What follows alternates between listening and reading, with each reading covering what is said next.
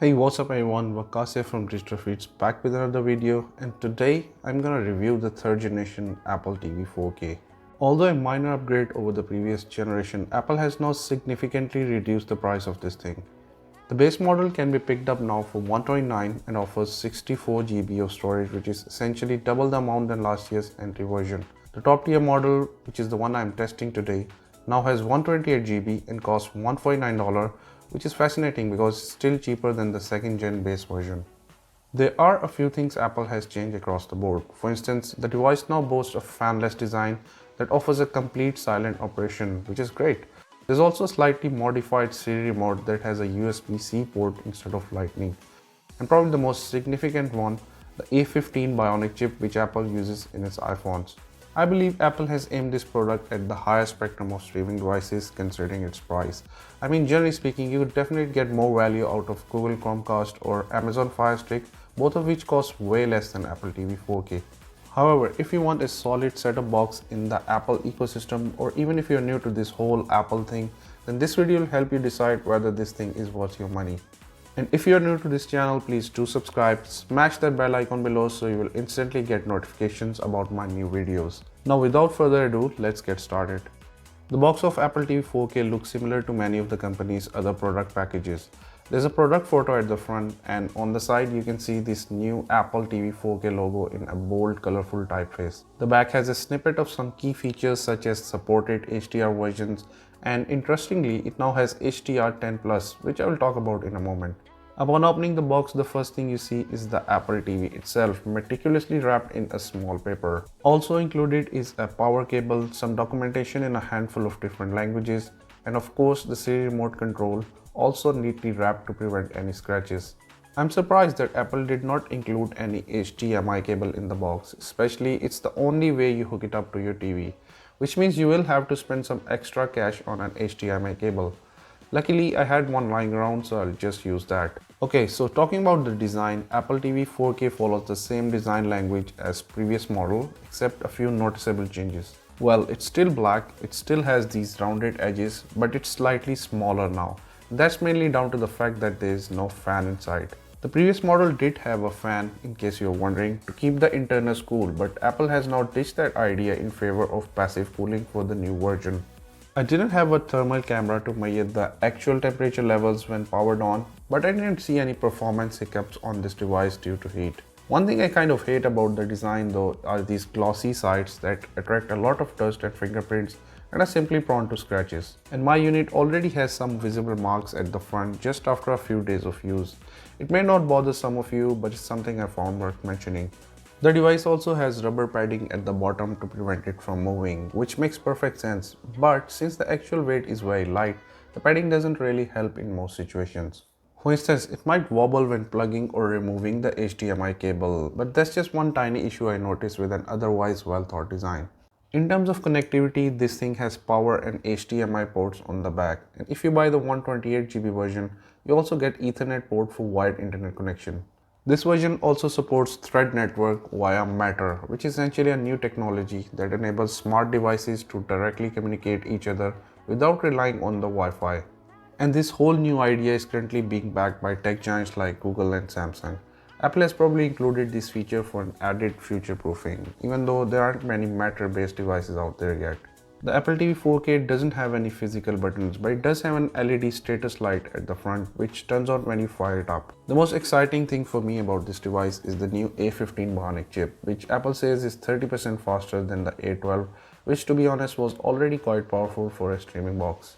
But considering this device is designed to mostly stay on your entertainment unit and help you stream movies and TV shows, you might be wondering why this thing has such crazy powerful hardware.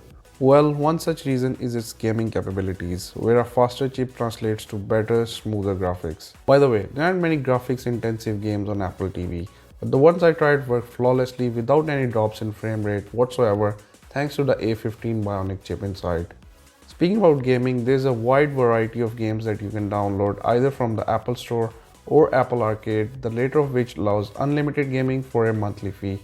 Apple TV 4K also has Bluetooth 5 support, which can further enhance your gaming experience by letting you connect a compatible PlayStation or Xbox controller. I couldn't try these controllers myself, but I did play some games with the Siri Remote, and to my disappointment, most games do require an actual gaming controller to work. So if you have been wanting to buy Apple TV 4K as a gaming machine, then you might have to get some good gaming controller as well. In terms of network connectivity, this device supports Wi-Fi 6 as well as Ethernet on the 128GB model.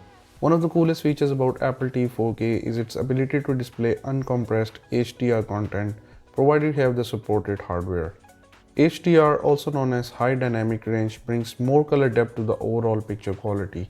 It basically provides a wider contrast and brightness ratio so that more shades of color can be seen. The second gen 4K model only had Dolby Vision for delivering HDR, but with the third generation, it also now supports HDR10+. This is super useful in case your TV supports only one of these two HDR formats. Now talking about the Siri Remote, which feels rather nice and ergonomic in hand, I must say it is one of the best media remote controls I have used. It remains largely unchanged from last year's revamped design, except this time it has USB-C port instead of Lightning. Apple is now slowly moving away from the Lightning port, probably because of the backlash it's got over the years. Or maybe the company is now forced to change its stance due to the recent law changes across Europe, which are basically pushing USB-C as the default charging port on portable devices. The remote has an all-aluminum design which feels nice and premium, but the metal frame also means that it can easily get scratched or dented, which can be prevented by using the remote in a case. I have included a few links in the description below if you want to check them out. The tactile buttons on this remote feel intuitive. There's an iPod-like click wheel that helps you easily navigate through menus and apps by either swiping your fingers in the direction you want or simply pressing the click wheel itself. And to select the highlighted menu or app, you simply have to press this center button. I really like that Apple has put a separate play pause button on this remote, and it's one feature that I always wanted to have on my Chromecast. But one downside is the lack of dedicated YouTube or Netflix buttons, which would have given instant access to either apps. There is, however, a programmable TV button that lets you jump straight to home screen or Apple TV Plus, which is the company's own not so popular streaming service.